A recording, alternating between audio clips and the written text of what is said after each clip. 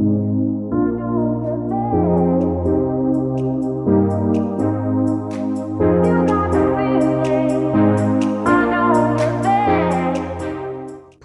dichromate is an important chemical used in industries as an oxidizing agent, and it can be precipitated from a solution of potassium chromate, precisely potassium tetraoxochromate 6, using hydrogen tetraoxosulfate 6 in the laboratory.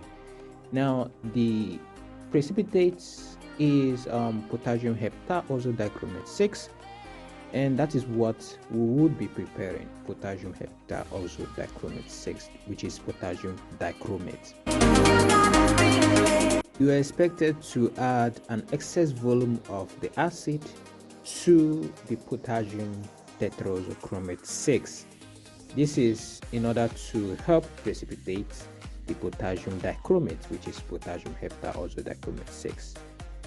Which is further purified by the process of recrystallization from hot solution, and our hot solution, the suitable solvent to be used in this experiment is hot water.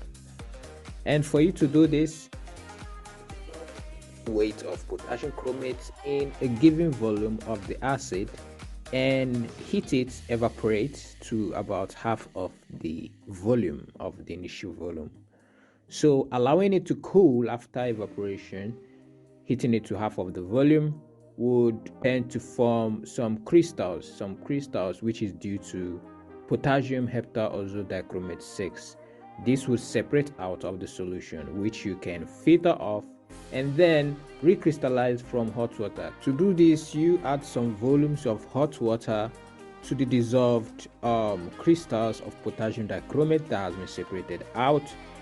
Then after adding that, you allow it to cool at room temperature. Allowing it to cool will help to initiate or form the crystals of potassium dichromate yet again, and this is to ensure higher purity. That is why we are recrystallizing. Now after that, the crystals start forming. If it doesn't form, you can actually initiate the crystals by scratching the sides of the container using a glass rod.